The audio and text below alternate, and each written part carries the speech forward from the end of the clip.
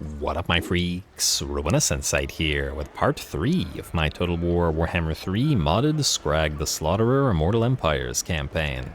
So as we saw last time, we continued making our way southward through the Border Princes, taking Myrmidons and Verdanos, and leaving the Border Princes to one territory, i.e. Argalis, which, if we really wanted to, we could peace out with them for 9k. And I will give this some consideration, mainly because we may want to take the time to knock out Zerek to knock out the, Karak Buftar, as at the end of last episode we took out the main stack of Clan Angrund, and it may be a good idea to destroy them for good. If this takes roughly 10 turns, and we would be able to take the opportunity to go through Rafrafa and Lucchini maybe before we go back around to Argalis. Granted, they would be at a full stack by then, but it would mean not necessarily having to go down here and then back this way.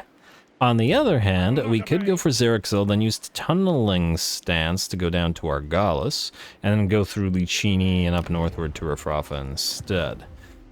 I guess the question is that a good idea, just based on the fact that we don't know where these guys' army is? There is a small military presence, but their strength will be concentrated at Miragliano, which, once it falls, that'll be the big issue for them. I'll think about it. For now, though, we gotta do a couple of things. Firstly, let's grab a couple of saber tusks on Big Bellower Gragbat here, who is going to transfer them to Scraggy for obvious reasons. Then I do believe it's pretty cheap to get at least a couple of things in here that we may want. Meat generation 4 and meat gain from battles for only 75, and it'll only take one turn to do, and same with the loot pile. So, Skrag, I'm going to have you transfer 150 meat to Argalis camp, which is here. Yes, this is Argalis. And if we transfer 150... like so. Oh, actually, we wouldn't need to transfer 150. We'd need only to transfer about 100. Alright, let's do that then. And 2. Yes. Oh, you know what? Transfer it from this guy instead. He doesn't really need it. Skrag is making good use of his, or making better use of his at the current time. Anyway, I want to build this feast table and this loot pile because they take one turn. There are other things we could start on building, I do admit. Like the pirate store and stuff. And we would be able to afford to send, I mean, it's only 175, so you still have enough to do that. Granted, you'll drop your upkeep reduction and additional casualty or punishment rate, but it doesn't matter because your army is only reinforcing. Yeah, you know what, I don't dislike that idea. Let's send more to, nope, Argalis camp here. Get the basics going at least. It was 175 if I recall correctly, like so. We do gotta spend the money on that, but it is what it is. Then we will do this, and we will do this, and get the basic infrastructure up and running. And do we want to maybe at least recruit some little nobbers in here? Not the biggest of deals. Let's actually upgrade Zvorak as the first order of business, because we need the marble up and running. Not really collecting income here anyway, and we do need the cash as well. We should upgrade the salt pans, though I do worry that these guys will randomly attack it, but it is upkeep reduction, and even at 2,000 gold per, it's still probably worth our time. Here, we could either upgrade the feast yurt, which would generate more meat per turn, which is fine, but I think, actually, we'll probably want to save for the tribal compound and upgrade the ogre camp. It'll also allow us to get hobgob mercenaries and stuff, which would be a good thing, TM. Alright, so that's good. Argalis, 10k. Okay, let's try to estimate how many turns this would take. So this will presumably take 1 turn, and probably 2 turns to get here. 3, let's say 4 to be conservative for Miragliano, 5 directly to Rafrafa, 6 directly to Lucchini, and then 7 back to Argalis, meaning... But if we take 7 turns, they'll have built up a full army. But if we do 7 here, 8 here, 9 to take Granty Mingle, maybe through Myrmidons or via the stance, then we can go right back around to 10 to Argalis. And by then, we'll probably have another army up and running as well. Yeah, you know what, fine, I think that that works for me. Let's do this. Funnily enough, we could just force them into a defensive alliance. We don't want that, we just want to take their money. There you go. Alrighty, you will live for now, but we will continue raiding you in that time, so I think that'll still work out nicely for us. Alrighty, that also gives us additional money to spend, so we would be free to upgrade these, and I think it's more critical to get the mountain ranches up and running, because they increase our capacity of butchers by 1. 5,000 gold for Cauldron Town, ugh. Hopefully these guys don't attack it. They're only... Well, they're technically not in direct range of anything but the Targog camp, so we can always cancel these the moment they declare war on us, which will inevitably happen. Anyway, I do believe that's it, other than the potential cancellation of the bounties. I think in our current state there's no way we get to Ungrul Stoneheart. And Death Gorge is very unlikely for us to move there right now. Much as nice this is, we'll decline this bounty, and I don't want to go too heavily into the Badlands either, mostly because we already did that with Malagor. Skip, and end the turn. I don't believe there were any heroes, and if there were, it's too late now. Knocking out Belagar, I think, here will prove quite useful, as then we won't have this faction threatening all of the border princes. Obviously, we don't want any faction that can use any Underway stance or World Root stance or any of those stances, really. That could simply jump down and attack us. You Ironclaw Orcs want a non-aggression pact, and I'm going to say no for now. Decent likelihood we're friends, but if you take too many of the important... trade good locations, like iron, for example, at Iron Rock, every little bit counts because they give us additional armor faction-wide. Not quite as good as Salt, but still very, very good. Pretty up there. Alrighty, and it looks like no further attacks. Works for me. Alrighty, so what do we have here? Greedy Fist. Hex area increase cooldowns. Not a bad thing. Eliminate the following character. They're always so far. And Broken Nose destroyed by Durthu. Huh. Well, that's interesting. Huh. I wonder how much... I wonder... Probably... No. I was just wondering, maybe we should ally with the Wood Elves. We could just give them this mountain territory and they'd be happy with it. But for now, I'm going to ignore them. Where are you going? You're friendly with us. You're currently at war with Arguelon, so most likely you're going to take this back. And again, if it's Durthu up there, who knows? Alrighty, and mission aborted. See, Ungrul's, I'm glad we didn't go over there because it, this mission aborted itself. What is this? Win 10 battles with a single hero. Yeah, working on it. Alrighty, Scraggy. It's Scragging time. Somehow it's always Scragging time. Stack value 1k? It's not bad. Huh.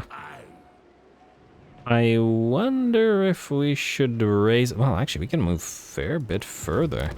If we reinforce at Zarek by attacking with... Oh, you can't actually reach that far, so we can't do that, can we? Alright, fair enough. You're gonna go here, then. I'm just gonna have to take the turn. Move in like so, and circle, and we got more ghost pals to deal with. We will, however, have more of the Saber Tusk packs, so that'll be nice. Alright, move on in and tray the Saber Tusks, and we're at 20 out of 20 now. I was tempted to summon the Powder Guts or possibly the Boggers of the Mad Marshes. I guess for now we're okay. Skrag, you're saving your points, and I think everybody can save their points for now at least. Alright, away we go. Quick little fight, I think.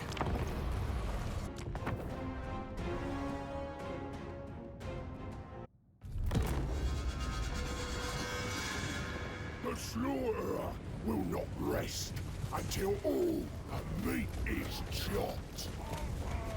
Alrighty, here we go. The little peg-legged butchers chasing after Skrag. I really feel like they should have at least, you know, made it so that not every single butcher has specifically that one leg missing. Can't some of them be missing maybe the other leg? Although I guess then they would have had to, I guess, reverse the sort of a running animation for them, huh? Which might have been difficult because we've got the we got the weapon on one side, so the gate would have been completely changed. But anyway, I digress. Not important. What is important is that the battle begins. Our Gorgers, which were vanguard deployed behind the enemy army, will rush through the woods and towards the enemy grudge throwers. And gorging on those grudges, while obviously Skrag leads the rest of his forces in, tipping that pot over and onto the blob of the Coilers, just as the Ogre Bulls charge through the Dwarf Warriors and hit the ranged Coilers. Kind of an interesting thing to see the Dwarfs deploying beneath the canopy of the trees here. Not sure how effective it's going to be, especially for those that get blobbed up and then promptly get the Bone Crusher, hitting them in the middle of their formation and doing a solid 30 or so HP damage for a non-overcast variant. Now, the big issue in this particular battle is going to be that the enemy has 2 Ghost Pals. We've taken out 2 in Belagar's army, and we still got 2 that are holding. And the Engineer probably going to be less of an issue, but there is a Thane in here somewhere, and that is going to be a much greater one. Hopefully we can reduce that HP a little bit with the Flock of Doom. It is a magical bit of damage, though obviously not meant for single entities. But every little bit counts, as we don't have magical damage of our own, and these guys have 85% physical resistance. On the bright side, while the Ghost Pals do, everybody else does not. The enemy army is already in tremendously bad shape, and the Hunter is dueling the enemy Engineer here. I feel like one swing or one chuck of that harpoon should kill the Guildmaster there. That's a big old harpoon. But anyway, with that, it looks like the main army is... okay, I was about to say has shattered, but it looks like their leadership just managed to come back. I guess the Thane and the other Ghost Pal, the Engineer Ghost Pal, is still fighting. Well, and now the Nobblers are here, so not just our Hunter going after the Master Engineer leading this army, who will... well, shaken, still not shattered. But that's Dwarfs for you. Tremendously high leadership and all that. But it won't stay up there forever. Alright, how are we doing otherwise? Halcon Half Stonebeard is the Thane I was talking about, and is still very much fighting, and frankly, the Ghost Engineer is fighting as well. Everything else is long dead, but on the bright side, while the Ghost Pals continue to fight, most of our army is just chasing down the enemy troops for additional meat rewards. And why not? Alrighty, and have you now... no, you're still having shattered. There we go, at long, long last. The Guildmaster will shatter, and only the Ghost Pals will remain. Alright, out here we got a unit of Gorgers plus Skrag himself. He's doing that sort of pot swing spin animation that he does. I'm actually surprised that he does that when he's dueling enemy single entities, rather than just piles of infantry. But I guess he is dueling well, maybe not so much dueling anymore, but fighting a single entity infantry hero, so it kind of does make sense. Speaking of, down to 838 HP, a couple more swings. Man, do we need magical damage on somebody. Hopefully a Lichbone Pennant will drop. Eventually we'll get magical damage coming in from the auras from our butchers, but until we do, well... And now the Ghost Pal is fighting from within a tree, aping the treekin of the Wood Elves, perhaps.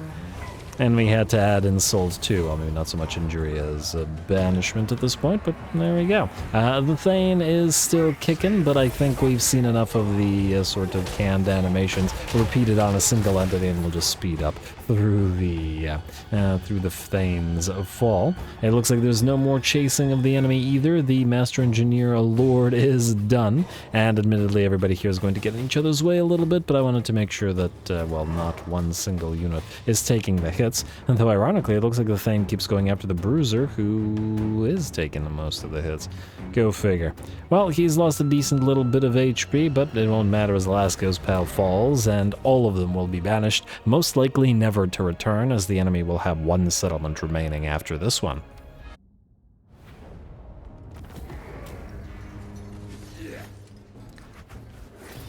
Alright, there we go. I was kind of... well, actually, I'm not gonna say surprised, but it still takes a heck of a long time to bring down those Ghost Pals. The Thane, in particular, with 10,000 damage on him. We really need magical damage fairly desperately in this army.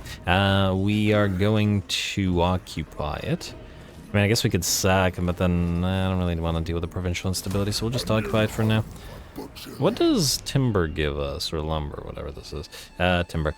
Construction cost minus 30% for all buildings, all regions, and province, which is nice for that particular province, but no faction-wide buff, so it isn't quite as relevant. Snipe and Vanguard deployment, eh? This would be... okay, wait. You have stock, don't you, Mr. Hunter? I believe you do. Yeah, so we can freely put this on you. Let's do a little bit of iteming. Generally speaking, we have that Gambler's Armor and the Mastodon Armor. Gambler's Armor is just plain superior, but at the same time we have the Armor of Fortune, which is inferior. Okay, so You, Skrag, you are going to grab the Gambler's Armor, superior as it is. Like so. Bruiser, since you're pretty much always in the fight, you can have the Mastodon armor, and it makes sense to me to give the Armor of Fortune to the Paymaster. He is, well, a Paymaster after all. Great Skulls, I guess for now we will start giving them to our various butchers. I can't guarantee whether they'll keep them or how many of these butchers themselves we actually keep. And then Spell Shield is 15 and 10. 6 and 5, kind of a similar item to be perfectly honest. Alright, we'll give you the spell shield at least until you have a great skull. Potion of Foolhardiness, I don't really care for, just generally speaking, but I guess we'll give it to the Bruiser for now because he's more likely to get a benefit out of the charge bonus while charging into melee. Alright, speaking of the Bruiser, we're still waiting for levels. I guess we're mostly saving points for everybody with the possible exception of the Butchers, who may want to go through Replenish Troops. At least until they can all reach Feastmaster. Alright, replenish troops, and replenish troops, and you already have that second point to replenish troops, so you're good. And we'll also want to grab Dinner Bell, although obviously it's not as critical as some of the other things in here. Oh, got Big Bellower too, but it's only active if you're out of melee, which I don't think Skrag is gonna go for, to be perfectly honest. Alright, otherwise we are looking good. The vaults are collecting money, but not for long, since we will uncollect it here. I guess we could upgrade Myrmidons as well. At least it's a capital settlement. And there is a port, which fairly does make a fair bit of cash. It's still more critical to upgrade the marble here, but, you know. Anyway, building upgrade available, unassigned skill points, those we're letting go for now. Actually, speaking of skill points, I would like to see if there's anything interesting lord-wise now. Nothing too interesting here. Ogre... Oh, another Stern Incentives. Alright, I'm going to take the second Stern Incentives. They're going to come in really handy in getting more armies on field faster, which I definitely want to do. Do we start recruiting Noblars yet? I mean, frankly, one of you should probably be sent back here to this camp where we can recruit Pigback Riders, and, well, maybe we could just wait until we get the Nobbler Scrap Launcher and the Hobgob army. Though admittedly that isn't the army that... I wonder if Be Brutal would be a decent option. I like the additional use of mercenaries because that increases the number of Hobgob mercenaries in that particular army to 3, although you already have a general 2 usage of it. Just let me just see here. Yeah.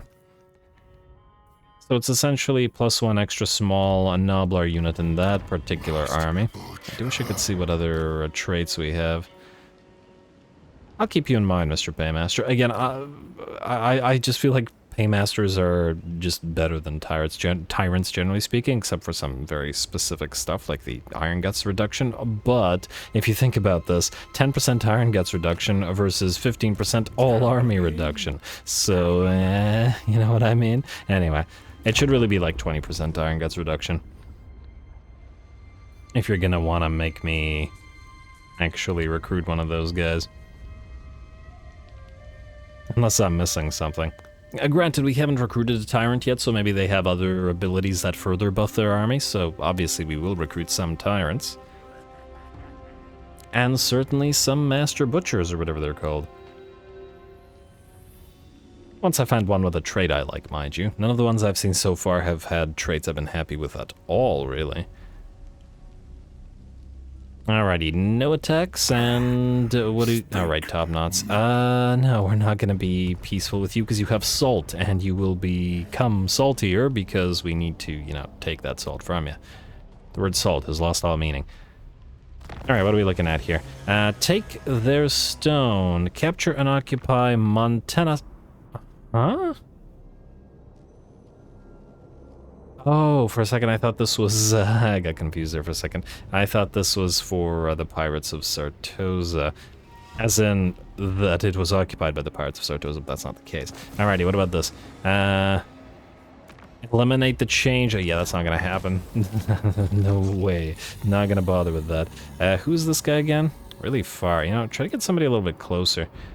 I like the rewards, but I want to have one, hopefully, that is decently close to us. Try again. Alright, what do we have here? Research technologies, working on it. Yeah, mission aborted, that's fine. Hopefully we'll find one nicely close. Alrighty, how are we doing out here, by the way? Everything here is looking okay still, at least for now. And you guys are recruiting, obviously, but well, let's see for how long. Now, Scraggy, you need to raid Miragliano, so you're gonna go right there. You should still be able to raid. Like so. Beautiful. Alrighty, and then you guys are gonna stay near Scraggy. Camping doesn't really do anything for you. We could raid our own territory, but it's too late now. Probably could have done it for, you know, reasons. Our Gallus camp won't reach Miragliano, which is unfortunate, but it is what it is. Alrighty. Rest of that looks good. I don't believe we have any hero capacity of any kind, so we will... really want to get that, and the Norska one. Hello. We have another flatulent Butcher of the Great Maw, which I would potentially like to get. Oh, Rune Maw one. Alright, when's our next Butcher capacity coming out? In 4 turns. Will that one stick around for 4 turns? I guess we're gonna have to find out. Let's grab the Cauldron down here, and an Eckendorf. Frankly, considering the heavy investment we're putting into the mountain ranges, I'm almost tempted to actually build defensive structures here in Eckendorf and Karakangazar. Because they basically they can't be defended, and later on we can always tear them down, right? So, better than nothing, at least for now. I don't want to invest and then lose them when in the early game it matters a lot more. And, I figure these guys doing Deegan's errantry down here now, too. Well, it might mean we fight some Bretonnians fairly soon, which ain't a bad thing as far as I'm concerned. Agents of the Moon.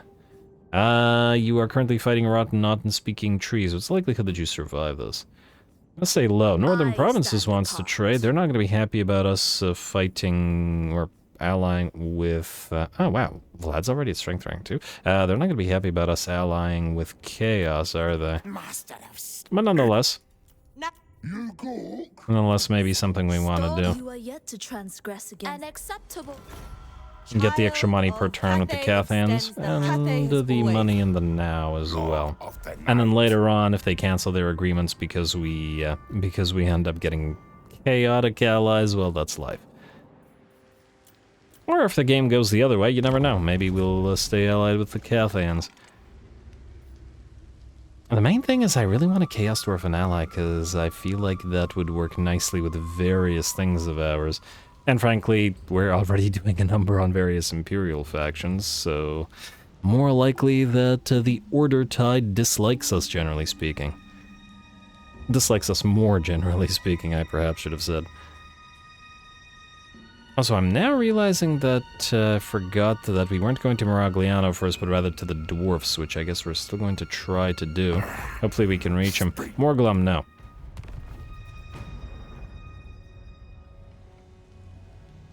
And no further attacks? Alrighty, so here's the question. Can we reach Buftar from this place? Eliminate Florence Morin. Unlikely. Eliminate Vlad. Unlikely. At least not right now. And capture Doc Karaz. This is actually reasonably close. But by virtue of that, the turns to complete is 10, and that's not gonna happen. Alright, fine. We will give up on that, because we won't get there. We have 10 turns to eliminate Vlad, not gonna happen. We have 30 turns to possibly eliminate Florence. But Florence might go north here. Alright, I'm gonna leave that for now, just in case they actually go our way. Scraggy, you are not able to reach Carrick Buftar from here, meaning you're going to go right there, raid it for one more turn. Although I would actually like to see if you get more by raiding Buftar. Yes, you do. Beautiful. What about you guys? I'd like you to raid this. And I would like you Raid this. It's not much, but it's something. No, And we'll knock out Buffdar next turn. We'll get a little bit of cash, a little bit of meat, and we won't have to deal with these dwarfs. And Durthu should at least be happy about this whole situation. Alrighty. Here, we will definitely want to build that marble. In fact, we'll want to wait on upgrading anything else until the marble is tier 2 at least, to reduce the construction costs. Sackendorf, we're definitely getting the mountain ranch, because that will give us the additional butcher capacity that we've been hankering for. Construction, recruitment cost... I mean, the recruitment cost is fine, but otherwise... Does this give us any control? And actually reduces the income from the province, but it's not like we gain much income from this province anyway, so... Yeah, the butcher building will give us control, so we could counteract all of that by building one of these, but it would mean... And we don't really have room for it. Yeah, we'll see. Again, we make most of our money by camps anyway, so it's not like we really care. Anyway, Skrag, keep raiding, keep saving your points until you're rank 12. A little bit concerned about this camp here. Admittedly, we haven't invested all that much into it, and also, admittedly, we could pack it up. But the cooldown will mean, well, actually, wait. Skrag, you need to have 520, meaning you won't have enough meat right now. I was thinking we could pack up this camp and then put another camp here, but we'd have to go down here anyway, and... What's the... How long until we increase our camp capacity further? Yeah, we need tier 3, so it's going to be a bit. Unless... Do we have another nearby camp capacity here? There's another one here, but that's a little bit far. Alright, well, I think there's a very low likelihood that we get benefit out of that. There's no point in packing you up if it's going to be on cooldown for like 5 turns or whatever it is. And therefore, we do nothing. Will 200 allow us to upgrade you? It will... You have 342. Actually, it will. Alright, so let's start upgrading you then. We will transfer from Big Bellower Gragbat to Matorka Camp. Gragbat to Matorka Camp, please. Like so. Beautiful. Matorka Camp. All the way up to tier 3, which will give us the Hobgobs, and more importantly, will give us access to Gorgers, or at least our first set of Gorgers. We're gonna need more Gorgers is what I'm getting at. Skip, skip, skip, and end the turn. Alright, we'll raid, get that nice 2k, destroy Carrick Buffdar, take that lumber for ourselves, and move back southward towards Miragliano. I wonder if it'll actually be worth raising. Again, so far the settlements, even the high tier-ish, well, okay, it's super early game, so there are no high tier settlements, but even the tier 2, and I think one tier 3 settlement, none of them have thus far been worth it to be raised. Although as our camps grow, they will also increase the raising value within their sort of area of effect, and there it, huh. Okay, that's not what I was expecting. I was expecting these guys to declare war on us, but they actually want a non-aggression pact. Which could have actually worked out, but I think not. Mostly because it'll piss off the orcs, and it's not like this will make the dwarfs like us, it'll just make it less likely that they attack us immediately. Speaking of dwarfs, caravan arrives, and we're about to attack Carrick Buffdar. Technology researched, good. Capture and occupy Celestial Monastery. That's a really nice banner. But I don't see that happening within 30 turns, to be honest. I just plain don't. Victor von Sinclair. Alright, a little bit closer. Unlikely that it'll happen in 10 turns, but we'll keep that one. We will not keep the Celestial Monastery. Alright, what was it about? Oh, right, that one. Florence is still down here. Come on, sail northward. There's fun stuff up here. What do we have here, then? Income from sacking, looting. Which I take it does not include raising, actually, so Manipulation, wait, how many turns? It's 4 turns. It'd be nice to get stringy tendons and sinew bindings at least. Also, there was an upkeep reduction trait or tech somewhere here. Huh. Oh, it's up here, gold standard. Yeah, 48 turns is a fair bit. Alright. Out of these, Warpstone Rub I don't really care about because Chaos Attrition isn't relevant to us at this current time. I'm gonna say go through Mawtooth Fealty. There's some okay stuff here. Then we can go through Tribal Gathering, or... Wait, do we want Butcher's Spice? Yes, we do. Casualty Replenishment Trade. Alright, fine. We'll go through to Butcher's Spices. Then Mawtooth Fealty it is. Alright, next up. Scraggy. Master Butcher. Scragify. Crackbone. It's a word. Alrighty, what do we got in terms of enemies here? Pyrrhic victory. Ooh, significantly more than the last fight. Alright, that'll be worth fighting. Not that we have too much of a choice in the matter, mind you. You guys, join Skrag for the fun. 1 and 2. You guys are gonna need the XP. Like so. And Skrag. It's rank 12, right? Ooh, you can't get Renowned Feastmaster, so you get regen, though. Especially now. Ooh, Curse of Cannibalism has just run out, so it's gonna be a little bit more difficult. Meat gain from battles. Yeah, you know what? I think we will grab Walking Larder and maybe Renowned Feastmaster as well. Again, there's nothing here that is so ultra-critical that we have to have it all. What about you? You don't have a further increased mobility. You were waiting on this stuff. Rank 15, win a battle against Greenskins, working on it. Thunder Tusk's not happening anytime soon, and win a battle against... probably Greenskins as well. What about you? You're also saving points. Yeah, screw it, everybody's saving points. Alright, Skrag, go. Go again.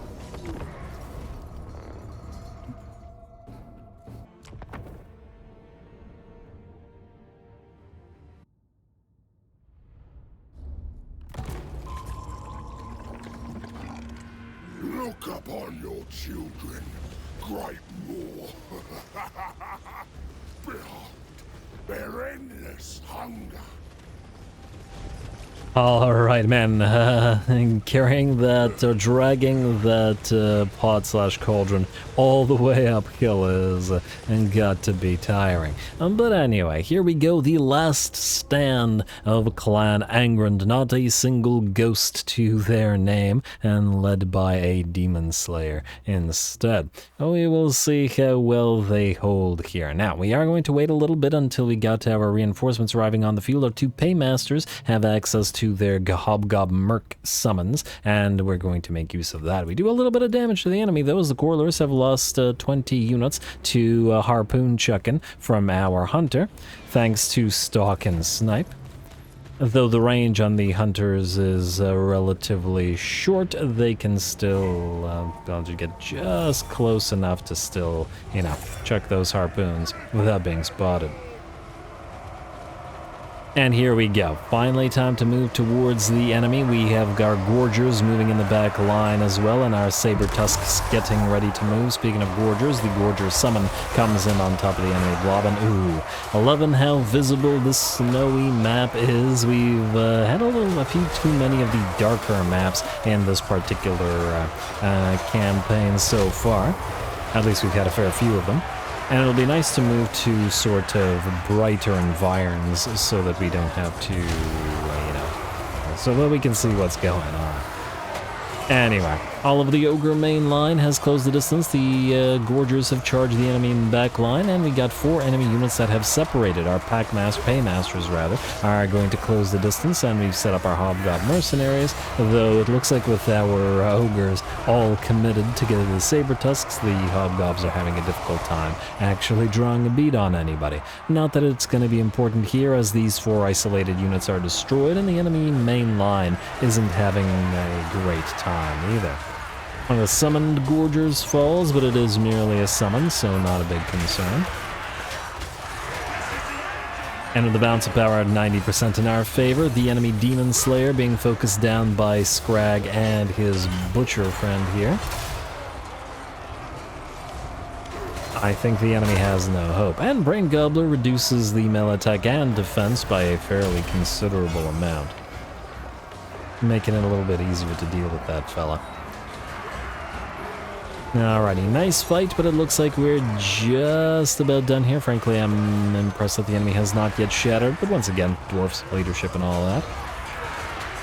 Our Longbeards are still, well, we're still gonna have to work through these guys, but the Demon Slayer is done for. He's got one more hit, if I can catch it. There we go. Oh, a brutal end as the Demon Slayer loses his head to the swing of that big old club from the, from Kingard Thug Gutslammer here. Alright.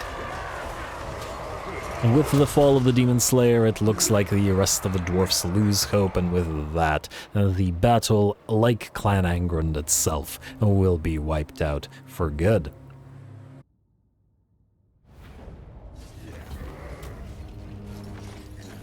Alright, beautiful. Skrag didn't... well, actually, he still got 18k damage, which is pretty solid, all things considered. The main thing being considered that he didn't cast any damaging spells. This was just him stabbing and slicing and biting and whatever else he does. So that's pretty solid. 13k damage on one of the Gorger units, very nice. And, ooh, in fact, I know that we're keeping these two at least, so we can give them names right now.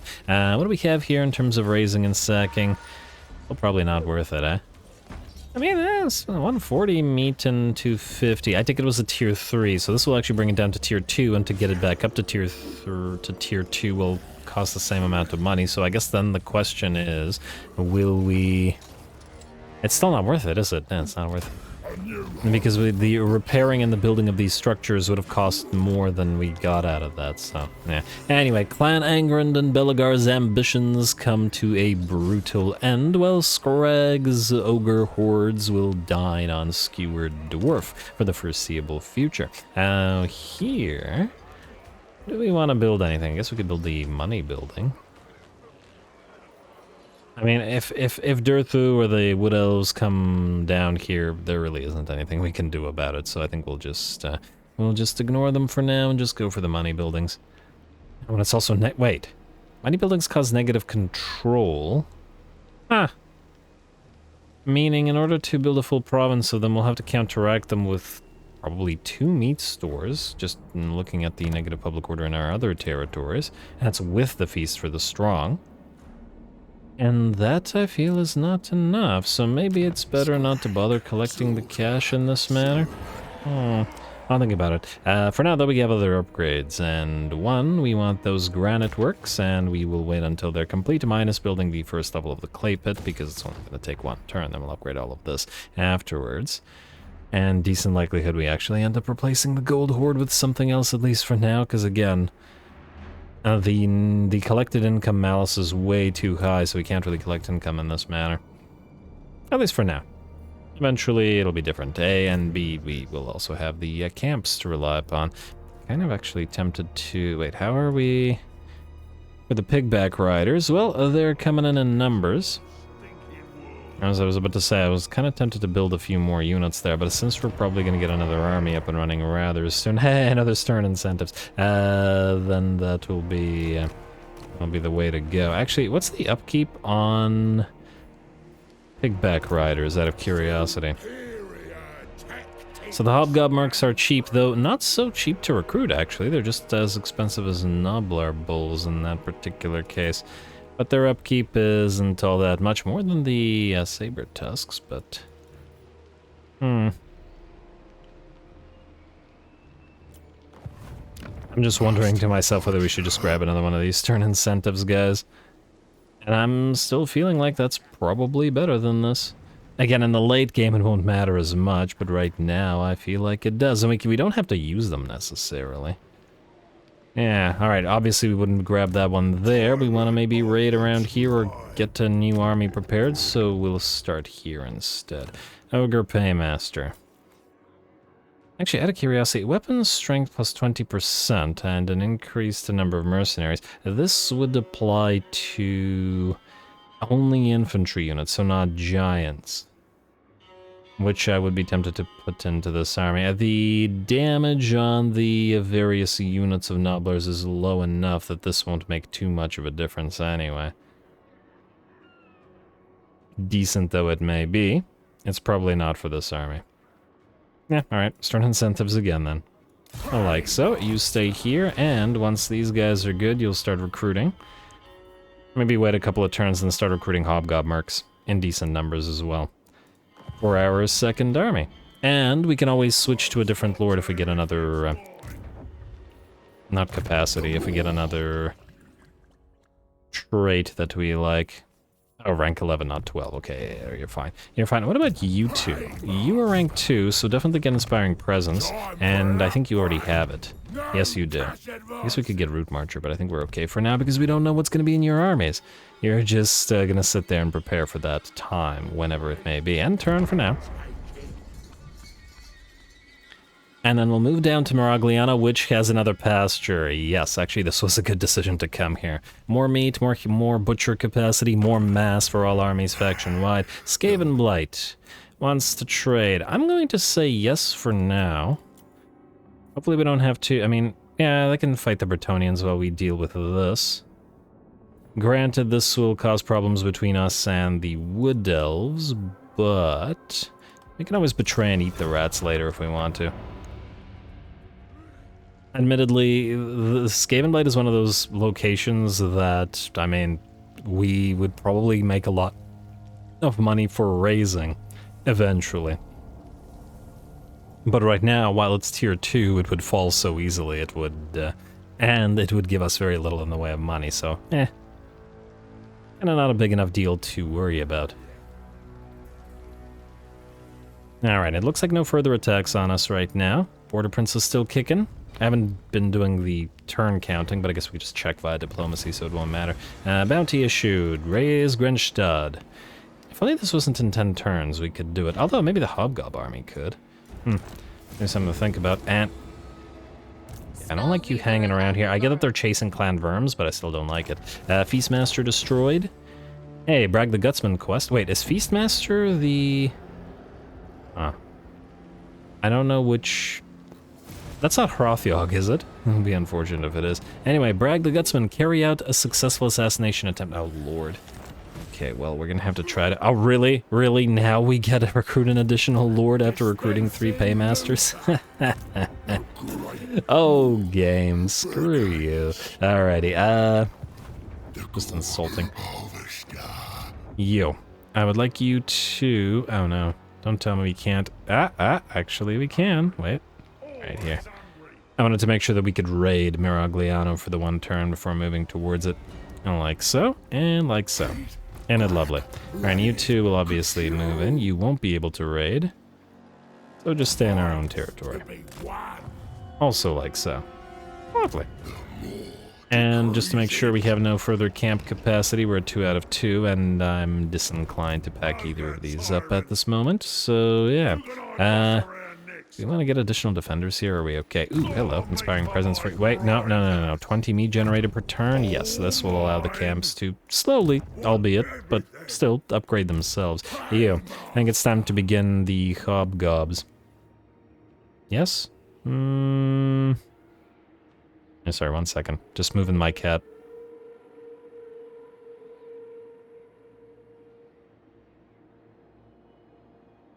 Alrighty, let's see. The Hobgob Mercs... Yeah, let's start with you. Brutal business is making them hit pretty hard, which is great, but anyway. You guys are good, you guys are good at building. Well, we do have money for building, but we will have less as soon as we keep... Ooh, yes, upgrade you. 3,000, good lord, but it's 1 more butcher capacity. Gotta have it, and I guess the defenses, for the pastures at least. Frankly, we should probably defend the salt. Really, anything that's just completely critical, we should probably have defenses at. Here, at least, though, we could either build 1 larder, which would enable us, admittedly, to collect income. 3 at 400 per turn, it really ain't much. Probably not worth our time, and it actually reduced itself because of the defenses. Meaning, I think it's not worth it, also meaning then we will want to go through this building for the Gorgers. So let's go for the Pack Cave here. And then this, we will want to upgrade ASAP to get additional Bruiser capacity. Also, did we not increase Hunter capacity somehow? We still have this... Oh, man, we're gonna... Oh, well, hopefully the Flatulent one sticks around for 1 more turn. Be ashamed to lose it. But we'll see. Nothing to do either way. Skip. And diplomacy. Wait, I lied about the nothing to do. We can trade with Clan Moors. Yeah, they're far enough away to trade with, I think, for now. Fine. And non-aggress with them. 99% sure they're going to get wiped out by Khalida like they did in my Wood Elf campaign, but you never know. Verms I don't really care about, especially... Well, actually, how much money are you willing to give us for this? 2k? That's not bad. Yeah, do it. It'll piss off Durthu, but whatever. And Scryer, yeah, sure, we can do this as well. Actually, you know what? Maybe we wait on this to the point that they're willing to give us more money for this. I don't actually want to ally with the Skaven. I'm not super interested in any of the Skaven units. I feel like they don't really work with our aesthetic all that much, you know? Yeah, frankly, Kislevite units would work better with our aesthetic. And again, ogres will work as mercenaries for all the order factions. They don't care, they just gotta eat. Anyway, we'll ignore these for now. End turn. Alright, and then in 2 turns, hopefully the Flatulent Butcher will still be around and we can get it. If not, well, then we'll just have to wait for another one. Specifically of the Maw. Although, also at the same time, it's probably better to get Flatulent Butchers of every kind, just because of the possibility of acquiring the combination and that we saw last time. I.e. Belly Slapper trait, but we have to luck into that. We just have to pray that the RNG favors us. Alrighty, either way... Alright, you guys are still losing meat. Yeah, it's the unfortunate aspect of not having enough camp capacity and not really wanting to pack the other camps up and... they're gonna declare war on us. Good for them. I do wonder if they're just gonna sit there, though. It looks like they are. I also wonder if they actually have other armies. Rank gain 10 for Gar. Who the heck is Gar? Oh, you're the hunter in this army. Foreign Trespasser Durthu. That's 29. He doesn't hate us too badly. We'll see. Either way, Scraggy, you're headed to Maragliano, sir. Which is still at tier 2, mind you. Like so. Valiant defeat, you say. We'll see about that. We do have the ability to break through your walls, and that's a pretty big gain. Like so, and like so. What's the war declaration? 4 turns. So in 4 turns, they will likely declare war on us and head to our Gallus camp, meaning we're probably going to have to expend some money on getting a couple more units. Start with a couple of Noblars here. You can continue your recruitment for your inevitable army. And let's grab 2 more sword and shield mercs. Good. Wait, does anything here reduce recruitment anything? It does not. Alright, so it doesn't really matter. You are just about done with tier 3. Good. Gorger access, scrap launcher access, and lead belcher access. There's some real good stuff there. We're gonna have to transfer. Also, how's that capacity for butchers? Ah, damn, he disappeared. Oh well. Just gonna have to try to get him back. There is a flatulent beast one. I could try you next. I just wanted to make sure that we get the max amount for Skrag. I mean, in reality, we'll only need 2 flatulent Great Maw guys for Skrag. Honestly, if we can get ones with Belly Slapper and Balefire for the magical damage, that would be just incredible. The likelihood is fairly low, though, of being able to get both. But anyway, skip, and any buildings that need a buildifying. I mean, again, we could upgrade this weapon pile for Iron Guts and Lead Belchers. I don't really see us building them. I was potentially thinking about it just for the purpose of acquiring the, upgrade the Maw Cave. For the purpose of acquiring additional bruisers, but again, not the most critical thing in the world. Here capacity for hunters, but only at tier 3. I'm going to say upgrade the Cauldron Town here instead for the marble works and, you know, the cheaper buildings here. Alright, end turn.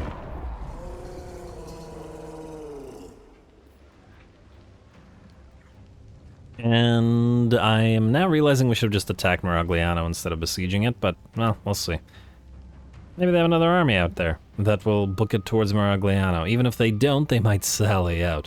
And if they don't sally out, well, then I'm just going to be annoyed, but then we'll still attack them next turn.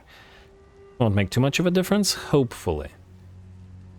The big issue would be is if, yeah, we get to the Border Princes to take them out again too late. On the bright side, at least Top Knots haven't died yet, which means that Salt is still up for grabs. I see Gorbad has taken Bergvar, so we maybe want to be maintain at least some kind of friendship with him. Again, we want at least one Orky ally for access to Ragnarok Flingers, which I think would work somewhat well with ours. And oh wow, I wasn't expecting that. I hate how willing the AI is to do that, as in, they redeclare war on us, despite the fact that we had pieced out, we still had 3 turns left. Oh well. Argalis camp, I fear that you're not going to survive. Fortunately, we did not invest much in you.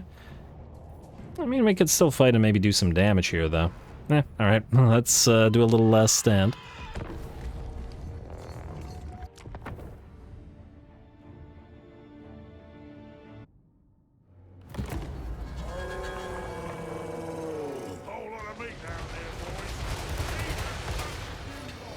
Alright, sorry to miss your speech there, Thrug, your last stand speech, most likely, but I prefer to let the cannons do their talking, and so wanted to watch the lead belchers fire their first volley.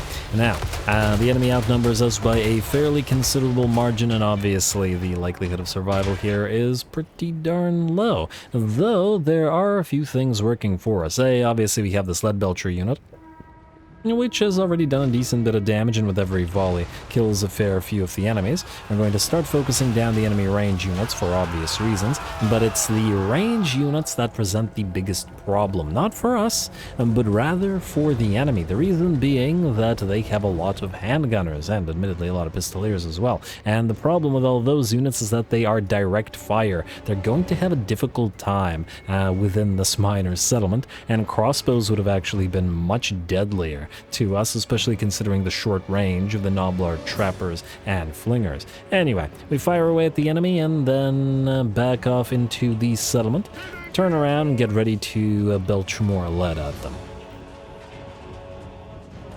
You were supposed to do that on cue, guys, come on. Oh, they had to slightly reposition themselves, and there we go, much better. I see, I want a Cathan ally just to get grand cannons and lead belchers just for the sound effects, but again, you generally have to choose between allying with order and with chaos and destruction. But what can you do? Anyway, handgunners have returned, but, well, those volleys from those lead belchers are going to send them packing rather soon, especially as this formation that they're holding here is allowing us to get a lot of the cannon shots through multiple units. And there we go. That unit is retreating. In the meantime, the rest of the enemy are starting to close the distance. We're going to sacrifice this one unit of Noblars by keeping it here at the minor supply location. We want this explosive tower firing for as long as we possibly can get it to do so. And so we're going to block the enemy off a little bit. Here, though, there's the biggest blob of enemies, including the enemy lord, and this is where we're going to send our piles of ogre bulls, as well as our tyrants. We are also going to move up the lead belchers to hit the enemy in the back, and continue firing on these blobs. But yeah, these winding passageways are working for us right now. At least until the enemy starts closing the distance for realsies. And while the melee troops are starting to close their range, the enemy's range units are still not contributing all that much to the fight. Gorgers and our 2 units of Ogre Bulls will charge, one with Iron Fists and one just the regular version. And as we've seen many a time already, basic Imperial Infantry is going to have a very bad time against basic Ogre Bulls. There is another full HP stack of handgunners, or a unit of handgunners here. We're going to have to start firing away at them with our lead belchers, who don't have much in the way of resistances. Well, good luck to them. It's just going to be a shootout between these 2 units. And yeah, I wanted to see the melee attack and defense to see whether the stats on the lead belchers would enable us to better sort of fight by charging the handgunners into melee, but it doesn't look like it. Oh well. Our main blob is still fighting, and our tyrant is going after Mr. Valmir Gossa, the enemy lord, while it looks like the Noblars that we sent to their doom to defend this minor supply location have been at this point destroyed, but there has been heavy damage to the units that have been blocked thanks to that explosive tower. Lovely. And ooh, the other unit of handgunners has come back, and now they're both firing into our lead belchers from 2 directions. We're going to turn and make sure that the one that we sent packing twice already. Hopefully it won't rally again, but we needed to make sure that it did rout again at the very least. And before we turn once again to firing upon the other unit. Heck of a long shootout between all of these, and ooh, the enemy routing through the lead belchers is preventing them from firing, allowing the enemy to continue firing upon us, while most of our units are forced into melee, which ain't so great. On the bright side, though, the Imperial Infantry is having a very bad time against the Gorgers and Ogre Bulls. Although we have lost about 50%, a little bit more actually, HP and damage to those. The enemy lord is fairly heavily beat up as well and is not having a good time against the tyrant. However, on the other side, where we didn't commit much in the way of troops, the enemy is starting to close the distance. On the bright side, however, we have kept most of our range units here, so the flingers and the trappers are firing away at the pistoliers. And luckily it seems the pistoliers don't spread their shot out too much, and thus take a long time to kill these units, which allows us to do a decent little bit of damage right back to them. And of course our explosive tower is still firing. Bounce power remains very heavily in the enemy's favor at about maybe 30% in ours, but the enemy lord is now down to 20% of his HP, and the coterie of troops that he brought have nearly been destroyed as well.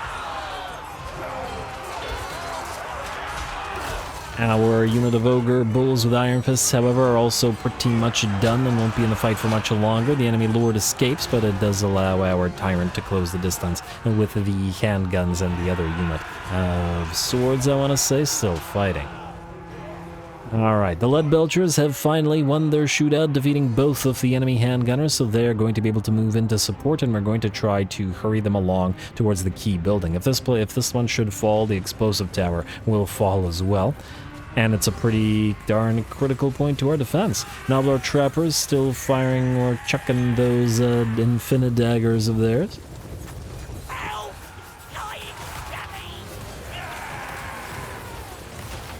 Huh, so they... wait, I just want to say something. They chuck their daggers from both hands or just the one?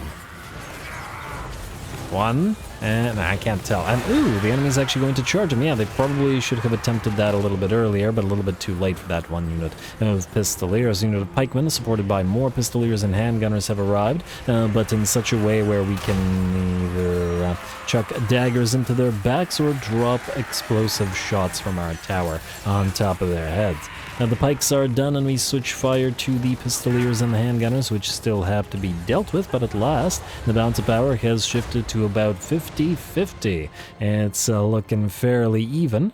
Though I would actually say it's not as even as it looks. The enemy army begins to waver. The army losses begin to tell the enemy lord is at last defeated. And with that, the battle is ours. Our trappers mostly out of ammunition. Our flingers out of ammunition. Several of our units obviously either destroyed, routed, or heavily damaged. But at the end of the day, we did manage to hold. Very much unexpectedly, but a very fun fight.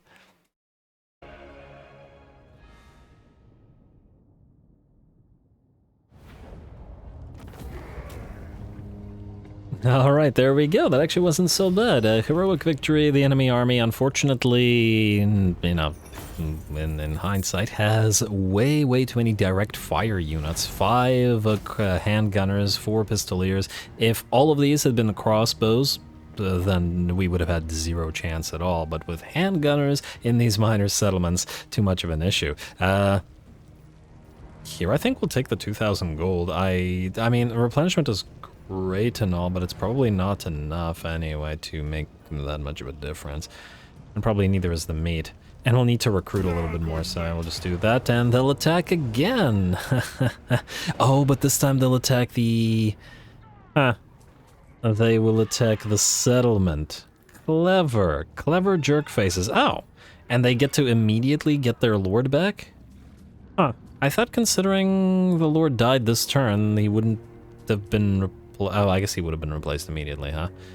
I thought it would have to be a turn. Well, the single entities are going to be annoying, and I take it this is a field battle, which is going to be a much bigger issue. Alright, potential last stand for these guys then. Just going to depend on how well we can protect the Lead Belchers. Go.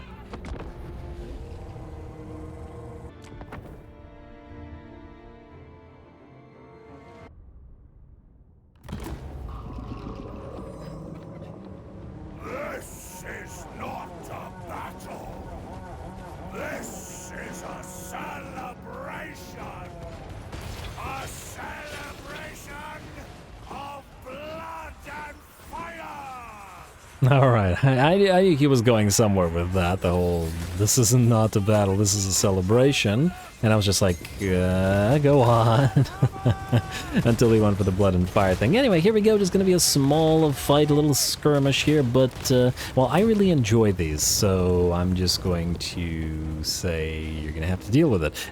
We've got the Pistoliers, which moved up as scouts, but they got hit by the daggers from our trappers and our lead belchers pretty much immediately. And it looks like they're going to back off towards where the enemy is waiting for their reinforcement. Kind of an interesting strategy that it sent one unit of Pistoliers forth like that, and then returned to its main line. Certainly not a behavior I see a lot from the AI like this. Curious. Anyway, we've moved forth once again. Lead Belchers are going to fire at the Pistoliers, and the units of Trappers are going to back them up. The black and yellow also looks really good with the sort of gold accents on the armor that the Imperial troops have. It's a rather nice color scheme, isn't it?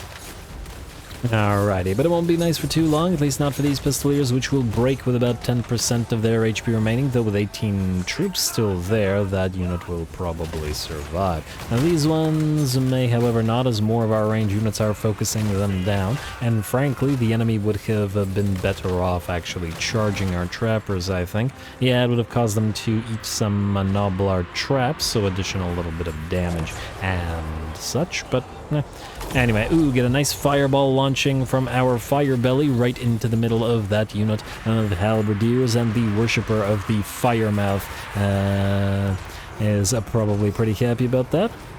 Not a crazy amount of damage, but every little bit counts in these little skirmishes. The enemy general or generals are going to be tied up by our regular Noblars, which have been waiting and basically concentrated in a circle around our lead belchers, just to make sure that we could protect them once the enemy generals close the distance. Alrighty, Empire generals still look very good as always, and are going to be rather difficult to bring down, but we're not so worried about committing resources to the generals until everything else is dead. Speaking of, the Pistoliers are gone, the halberdiers have fled, and the generals are still fighting, but only one unit of swords remains. The Firebelly will move to fight the enemy lord, activating the Cascading Fire Cloak to give himself 14 melee defense, which the enemy's going to have a difficult time moving through, and I don't really mind friendly fire to our other Nobblers, so we're going to position one of our units of trappers to chuck their daggers at the general while the Firebelly tries to knock him out. I vaguely recall the Firebellies having some really interesting big names, so we should probably try to get a few up and running soon. And of course we have to have a fire army, if we can make it happen. Anyway, looks like the enemy general, or at least the first enemy general, will rout, and we're going to close the distance with everybody to make sure that he can't escape. The swords are still fighting, but not for long, as they take volleys from the daggers and the lead belchers. There we go. Oh, imagine blocking all those daggers with your shield only for a bunch of cannonballs to send you flying. And there we go, that the swordsman will break, and with the first general fleeing, the second general realizes that he has no hope. And frankly, the first general is just about done for as well. One more hit from, I assume, the Firebelly, if he can catch him, could bring him down. Come on, swing. Let me see that execution, and you better not miss or I'm going to be salty. Oh, wow. Oh, that was glorious and absolutely worth it. Well done, Firebelly. Fantastic. Sometimes you catch the right move with the slow-mo. Absolutely magnificent.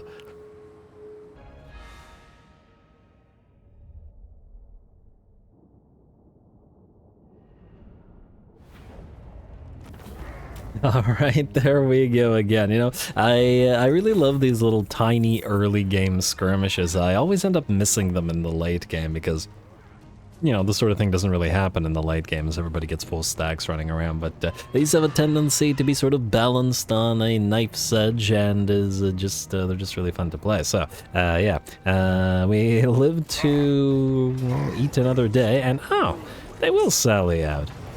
Well, good for them. I was not expecting that, but I'm pleasantly surprised. The real question here is going to be, can we chase down and destroy every single unit before they run off the screen? The big problem will, of course, be the Pistoliers. Let's find out. Go.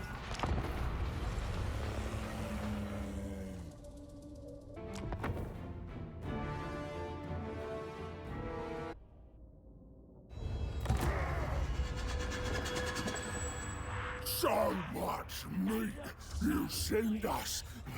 Oh, more. Such a feast it'll be. Oh, wow, he scratches his head with the giant hook. Well, I guess, yeah, if you got a big old cleaver and a giant hook,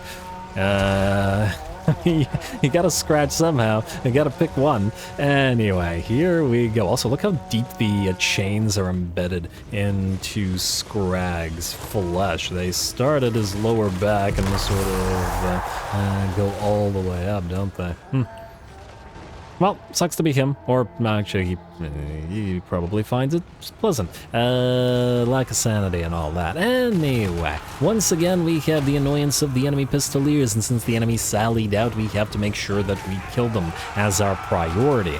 Thus, I'm perfectly willing to take additional damage to the rest of our army, as long as we manage to catch these critical units. So, how are we going to do this? Right now, Scraggy is charging them, and we did summon our first unit of Gorgers upon them, while the other two Gorgers are kind of shadowing them, getting ready to hit them in the back. We're going to do our best to try to engage them, prevent them from escaping, as they're having a difficult time finding an avenue of escape. And on top of that, we've got our Saber Tusks sort of milling around, ready to chase and run them down. First of the Bone Crushers hits the enemy just as our Ogre Bulls charge on in, sending many an Imperial infantrymen flying. And I know oftentimes there is a decent benefit of doing some cycle charging with your Ogre units, but against the sort of early game Imperial infantry, it isn't really necessary. If the enemy had piles of great swords and halberds together, then yeah, I would adjust the strategy a little bit, but it's not needed here. We're better off just spending the time in actual combat. Skrag's going to face off against the enemy general, and while Skrag's stats are going to be lower than the general's currently, at least until we make Skrag more fighty, Skrag has a lot of healing going for him, and hopefully we can eventually get him a decent amount of healing cap increase. Funnily enough, I wonder if we could put the Chalice of Malfleur on Skrag, give him that 500% healing cap for the 100% miscast base chance. It would make Skrag effectively invincible. And with the combined healing that he has, I wonder overall how much miscast base chance he has. I'm gonna have to double check. Or anti-miscast, I should say. Anyway, I digress. The bounce power is at about 95% in our favor. Skrag has in fact killed off the enemy lord, and in fact the bounce power shifts to 100% in our favor, and the enemy army is destroyed. While we spent a lot of that time making sure we ran down the cavalry, we can see that they are no longer on the field. So all we have to do is run down the infantry, and we won't have wasted a turn. Plus, all this bonus meat. Isn't it a beautiful sight?